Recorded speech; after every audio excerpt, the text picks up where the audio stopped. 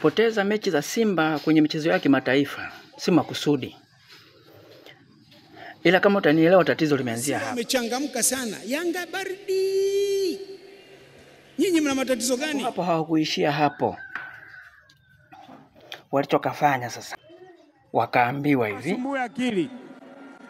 Wakichukua Morrison na nyie tafuteni wa kuchukua. Basi msimu 25-26 wakaje kwa kumaliza kwa kusema slogan yetu iwe ni tunapiga kichwani tu.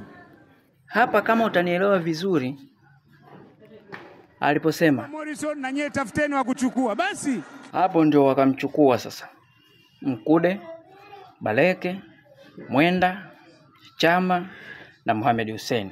Hapa waliposema tunapiga kichwani, maana yao kubwa ilikuwa ni hii: kuroga uwanja wa Mkapa na kuukimbia kabisa na kuweka vitu vyao ili mradi Simba apoteze mechi zake.